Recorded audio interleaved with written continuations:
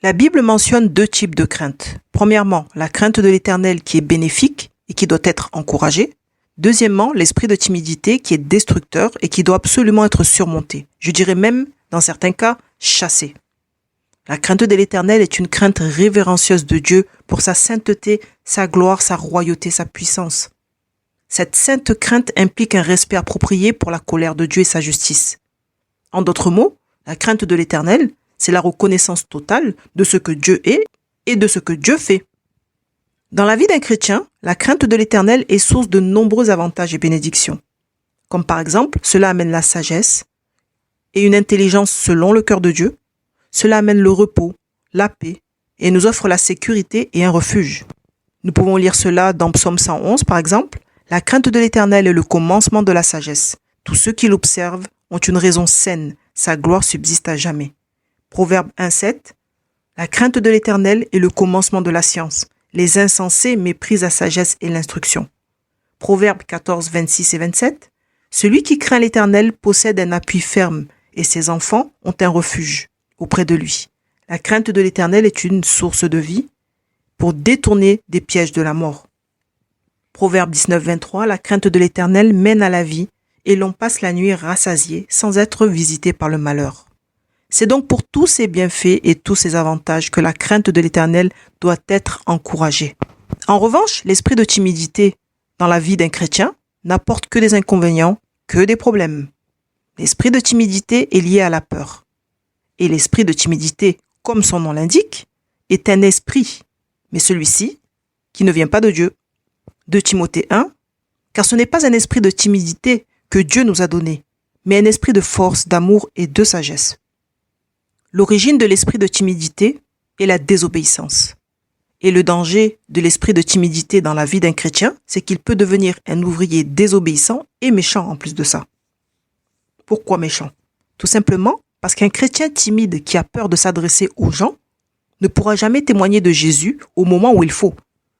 Par exemple, si celui-ci marche dans la rue tranquillement et que tout d'un coup le Saint-Esprit lui dise d'aller évangéliser quelqu'un, un inconnu, ce chrétien timide qui a peur de parler devant les gens n'ira pas prêcher l'évangile à cet inconnu. Et si c'est le dernier jour de cet homme-là, de cet inconnu sur cette terre-là, il mourra sans Christ, sans avoir entendu au moins une dernière fois, ou même la première fois, le message de l'évangile, à cause du chrétien peureux désobéissant. D'ailleurs, dans ce contexte, il y a aussi deux attitudes.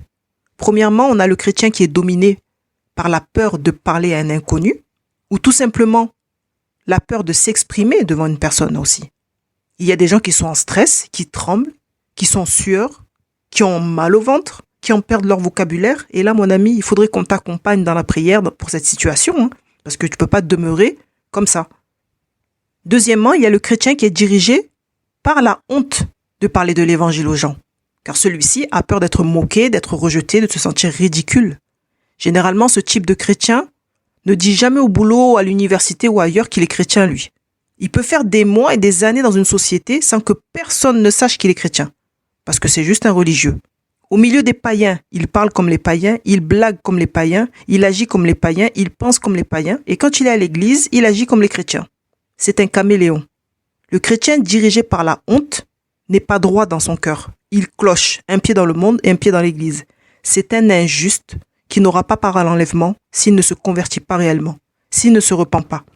Dans les deux cas, quoi qu'il en soit, si tu es dirigé par la peur de parler à quelqu'un ou la honte de parler de l'évangile, tu es un chrétien désobéissant. Surtout si le Saint-Esprit t'a dit de parler à quelqu'un et que toi, tu ne l'as pas fait. Parce que si tu n'obéis pas à ce moment-là, peut-être que la personne qui devait entendre le message de l'évangile ne l'entendra plus jamais. Et que ce même jour, elle mourra sans avoir accepté Jésus-Christ, sans avoir entendu une dernière fois la parole, le message de l'évangile. Et sache, mon ami, que nous allons rendre des comptes pour les conséquences dans la vie des gens liées à notre désobéissance, liées au travail que Dieu nous a demandé de faire et que nous n'avons pas fait. La Bible dit que nous sommes la lumière du monde. Et si la lumière n'éclaire pas dans les ténèbres les gens, ils ne vont pas trouver leur chemin. Et le chemin, c'est Jésus-Christ. Et c'est notre travail en tant qu'enfant de Dieu d'être la lumière, d'éclairer, de montrer le chemin qui mène à la vie. Nous devons être des témoins. C'est notre job. Un témoin, c'est premièrement celui qui rend visible les attributs de Christ. Une vie motivée par l'amour, la soumission à la volonté de Dieu, l'obéissance à sa parole, la recherche du bien des autres et leur bénédiction. Mais si ta peur passe au-dessus de la parole de Dieu, tu n'es pas juste. Témoigner de Jésus-Christ au monde, ce n'est pas une option en fait. C'est un devoir issu des lois du gouvernement de Dieu. Et en tant que chrétiens, nous sommes des citoyens du royaume des cieux. Acte 1:8 nous dit « Mais vous recevrez une puissance, le Saint-Esprit, survenant sur vous. Et vous serez mes témoins à Jérusalem, dans toute la Judée, dans la Samarie et jusqu'aux extrémités de la terre. » Ce verset-là est encore adapté à notre situation, tu sais. Tant que le Seigneur Jésus n'est pas encore revenu, nous devons témoigner. Ce qui veut dire clairement que si tu as reçu le Saint-Esprit et que tu dis que tu as honte de témoigner aux gens parce que tu es trop timide, c'est qu'il y a un gros problème à régler et à régler rapidement. Timide plus Saint-Esprit, ça ne fonctionne pas dans la Bible. Honte plus Saint-Esprit, ça ne fonctionne pas non plus devant Dieu. La formule biblique, c'est foi plus Saint-Esprit plus force plus courage est égal exploit avec Dieu. Psaume 60:12 nous dit « Avec Dieu, nous ferons des exploits. » C'est avec Dieu qu'on arrive à faire toutes choses. Ensuite, d'où vient la peur? La peur est le résultat d'une rupture entre Dieu et l'homme. La peur fait partie des conséquences de la désobéissance et de l'insoumission à la parole de Dieu. Genèse 3, 9 et 10 nous dit « Mais l'Éternel Dieu appela l'homme et lui dit « Où es-tu » Il répondit « J'ai entendu ta voix dans le jardin et j'ai eu peur parce que je suis nu et je me suis caché. » Donc le peureux, il entend Dieu. Il n'y a pas de problème avec ça. Le problème, c'est que c'est un désobéissant et un rebelle. Ce sentiment de peur a conduit Adam et Ève à se confectionner des habits pour couvrir leur vraie nature. Tout d'un coup, ils ont eu honte de ce que Dieu avait fait d'eux. La manière dont Dieu les avait créés était devenue honteuse à leurs yeux. Alors, ils se sont créés quelque chose de leurs propres mains pour essayer de faire mieux que Dieu. Ils ont créé quelque chose pour corriger ce que Dieu avait fait. Ici, nous voyons clairement que la désobéissance à la parole de Dieu amène non seulement la peur, l'orgueil et une intelligence souillée. Adam et Ève n'étaient plus capables de réfléchir correctement. Ils se sont fait dépouiller de leur bénédiction spirituelle, intellectuelle, de leur bien-être par le diable. Et c'est depuis ce jour où Adam et Ève ont voilé la réalité de ce qu'ils étaient, en confectionnant des vêtements, que tout le reste de l'humanité a peur du regard des autres. La peur provoque l'hypocrisie et l'hypocrisie cache la vérité. Et qui dit hypocrisie dit mensonge. Quelles sont les conséquences directes de la peur? La peur est l'une des armes les plus redoutables que le diable utilise pour paralyser et détruire la destinée des enfants de Dieu. Par peur, les âmes peuvent se perdre. Si Dieu te demande d'aller évangéliser quelqu'un et que toi tu n'y vas pas parce que tu as peur, peut-être qu'une âme va se perdre parce que toi tu n'as pas fait ton boulot, tu n'as pas été obéissant. Par peur, tu peux passer aussi à côté de ta destinée.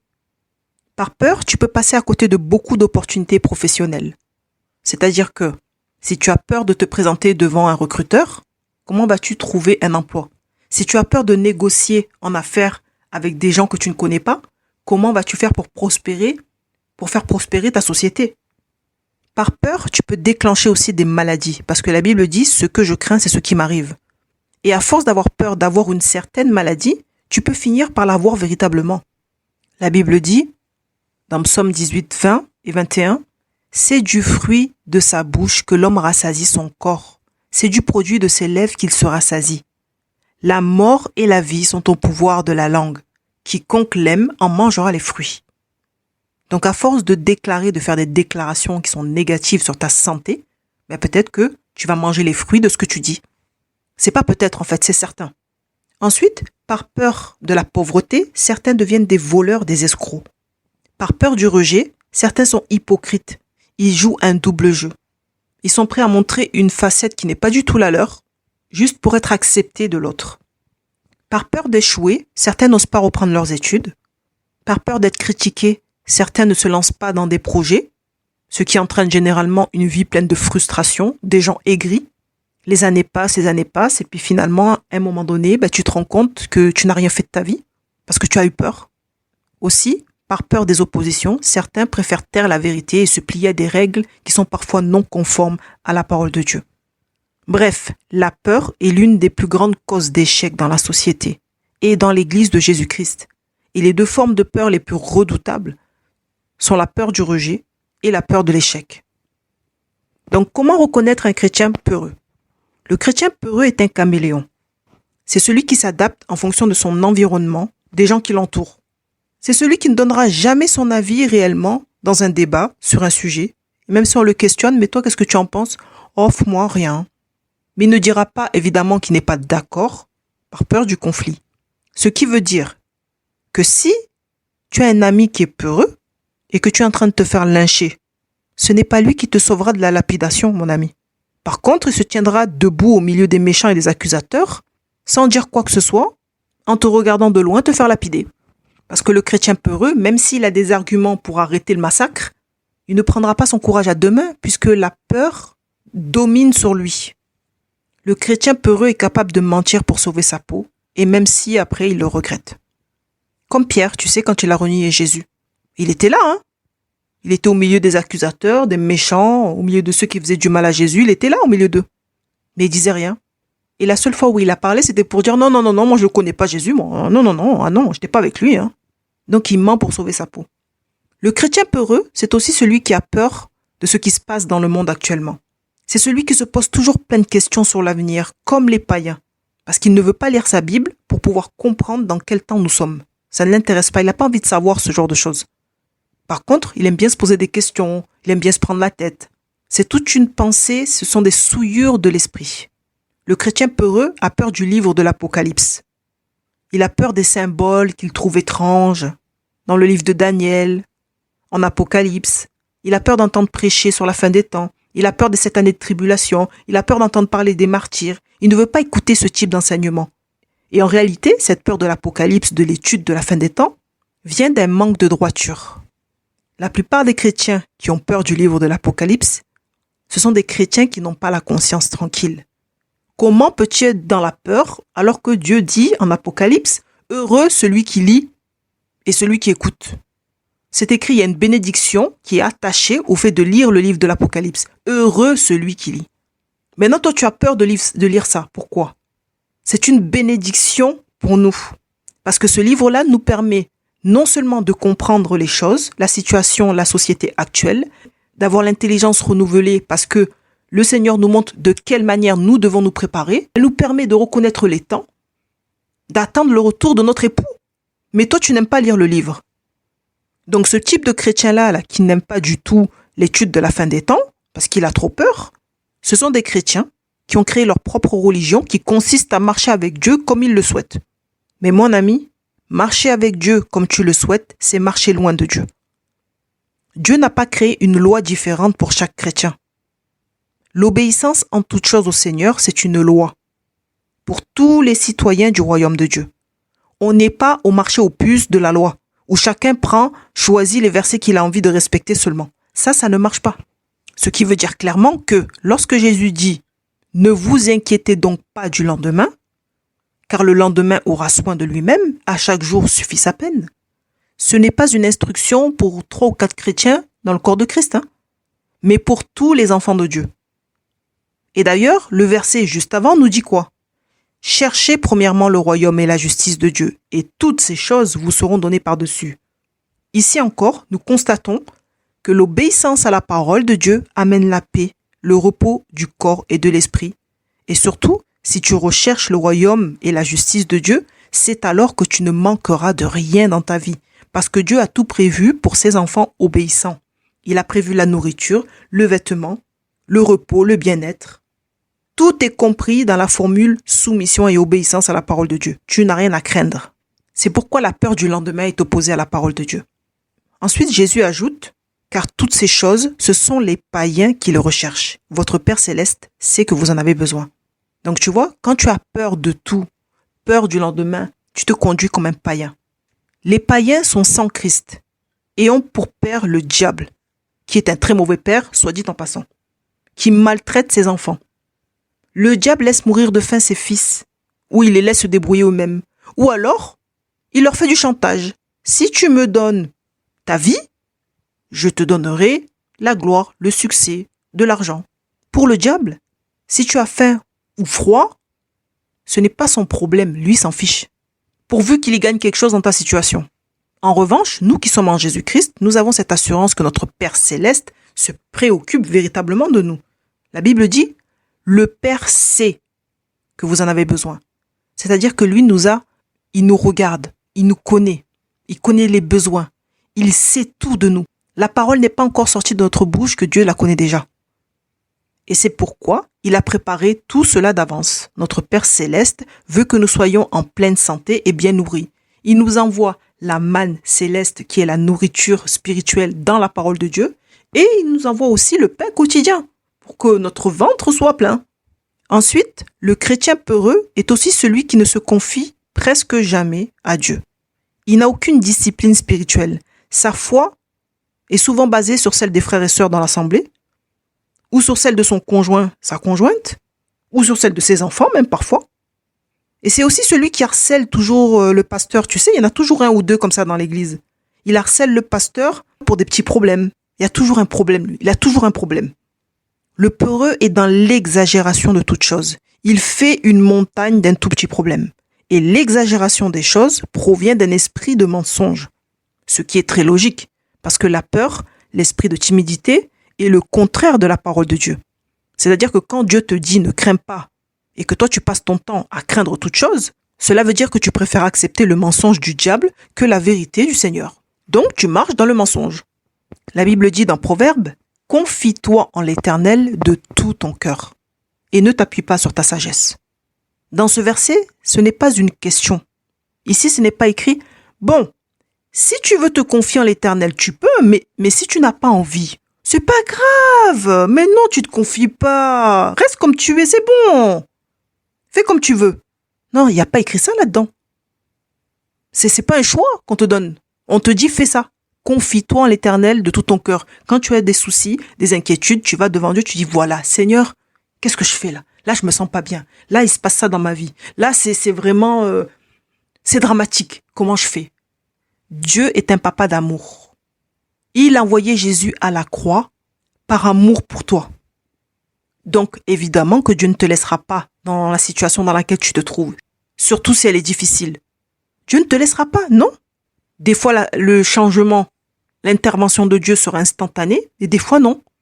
Des fois, il y a besoin de quelques jours, quelques heures, selon le problème, selon la situation. Mais ce qui est certain, c'est que si tu te confies de tout ton cœur à Dieu, alors déjà, tu vas recevoir la paix. Ensuite, Dieu peut très bien te parler en te donnant une direction, en parlant par la bouche d'un frère, d'une sœur, en donnant une révélation à quelqu'un, par la lecture de la parole, dans le renouvellement de ton intelligence. Voilà, il y a différents moyens par lesquels Dieu passe pour pouvoir t'interpeller, te parler, te montrer les choses, te révéler les choses, pour que ta situation change. Et la raison pour laquelle le chrétien peureux ne se confie pas en l'Éternel, c'est parce qu'en réalité, il n'a pas vraiment l'assurance que Dieu peut faire quelque chose pour lui, pour sa situation. Il ne croit pas en la totalité de la parole de Dieu.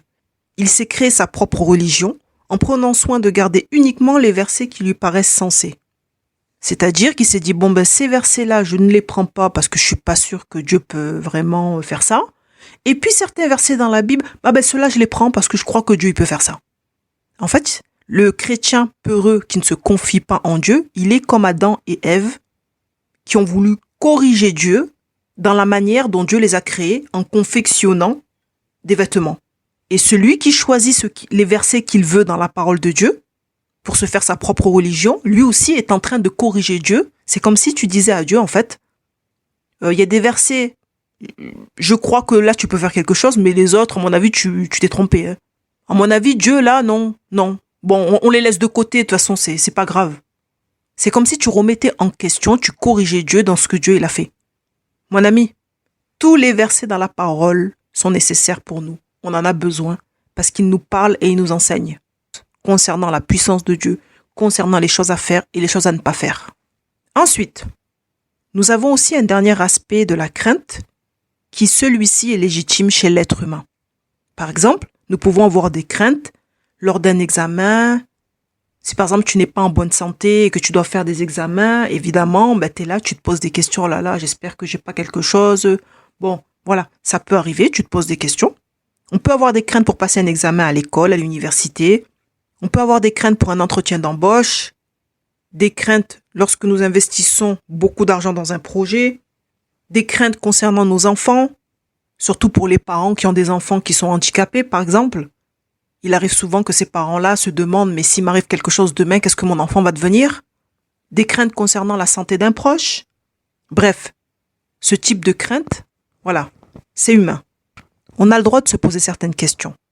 Mais si ces craintes deviennent une obsession dans ta vie, des petits dieux, tu te lèves, tu penses à tes craintes, tu te couches, tu penses à tes craintes, chaque mouvement dans ta journée, tu penses à tes craintes, une obsession, ça devient, ben là, ce n'est pas bon, évidemment. La Bible dit, confie-toi en l'Éternel. C'est-à-dire que quand la crainte arrive, quand les inquiétudes sont là, tu vas devant le Seigneur. Tu vas devant Dieu et tu dis, voilà, Seigneur, je me fais du souci pour mon enfant. Mets la paix dans mon cœur. Montre-moi la solution. Parle-moi. Qu'est-ce que je dois faire? Qu'est-ce que je dois pas faire? Voilà. Mets tes inquiétudes devant le trône de la grâce. Donc, on a le droit de se poser des questions. Mais c'est vrai que lorsque la crainte devient une obsession dans ta vie, là, ce n'est pas bon. Un chrétien doit se laisser diriger par le Saint-Esprit et non par la peur. Si ta peur t'empêche de scolariser ton enfant, ce n'est pas sain du tout. Un enfant doit aller à l'école, étudier, grandir en apprenant des choses pour s'en sortir un jour dans la vie.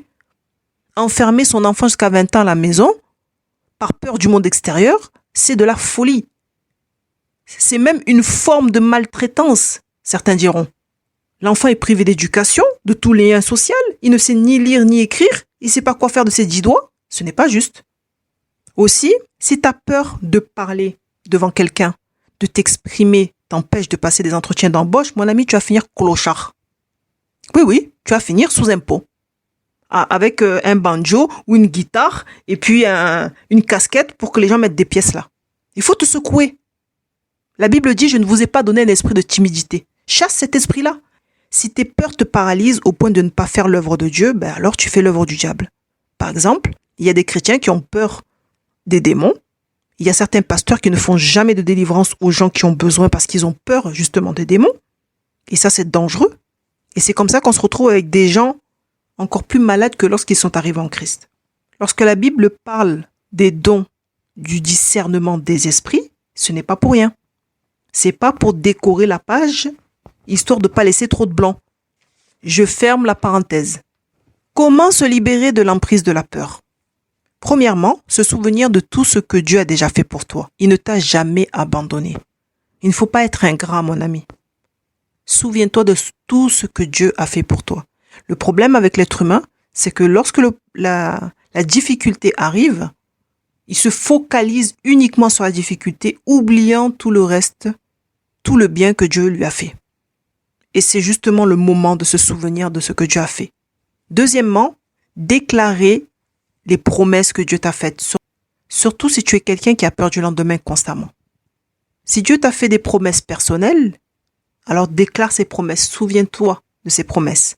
Si tu n'as pas reçu de promesses particulières concernant ta vie, ce qui serait vraiment très étonnant, dans la Bible, il y a des centaines de promesses générales pour les enfants de Dieu. Tu les lis, tu les saisis, elles sont pour toi. Troisièmement, louer et adorer Dieu. C'est vraiment la voie par excellence pour avoir des victoires, la louange et l'adoration. Lire la parole de Dieu, se confier en Dieu, passer du temps avec le Seigneur, vraiment c'est très important aussi.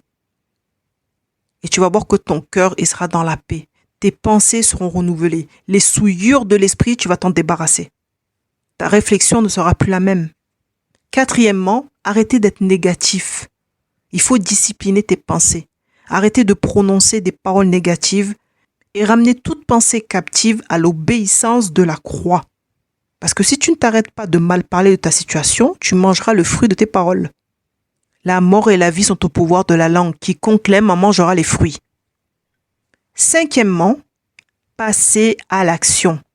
Mon ami, quand il faut y aller, il faut y aller. Passer à l'action n'engendre pas toujours la réussite instantanément. Mais si Dieu t'a dit de faire quelque chose et que tu échoues la première fois, ce n'est pas grave. Continue jusqu'à ce que tu y arrives. Parce que si Dieu a dit, ça va réussir, c'est certain. Donc voilà, la peur est vraiment une porte d'entrée du diable pour te distraire, te détruire et te dépouiller de tes bénédictions, de ta destinée, de ton bien-être physique et moral. La peur est le résultat d'une écoute plus attentive aux mensonges de Satan plutôt qu'à la vérité de Dieu. Voici ce que Dieu te dit aujourd'hui. Ne crains rien, car je suis avec toi. Ne promène pas des regards inquiets, car je suis ton Dieu. Je te fortifie, je viens à ton secours, je te soutiens de ma droite triomphante. C'était ta sœur Charlène, diaconos de l'Église de Jésus-Christ, ici pour servir mes frères et sœurs en Christ. Que Dieu te bénisse abondamment.